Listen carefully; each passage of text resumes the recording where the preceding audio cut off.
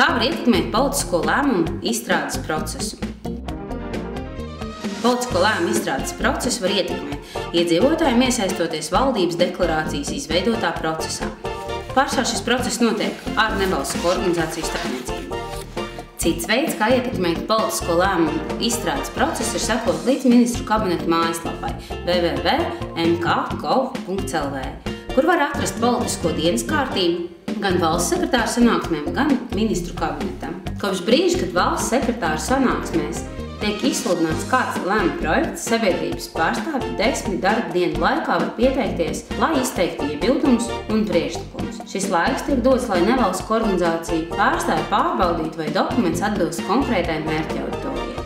Efektīvs veids politisko lēmumu izstrādes procesu ietekmēšanai ir dalība valsts pārvaldes iestāžu darba grupās un konsultatīvajās padomēs.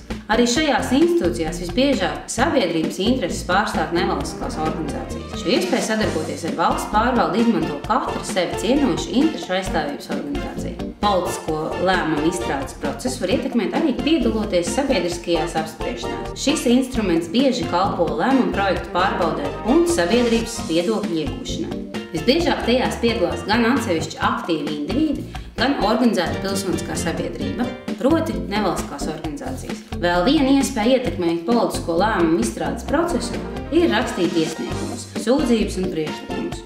Ikvienai fiziskai un juridiskai personai ir tiesības vērsties visās valsts un pašvaldības institūcijās ar mutvārdu un rakstveidu iesniegumiem, sūdzībām un priekšlikumiem, lai saņemtu atbildi pēc būtības 30 dienu laikā.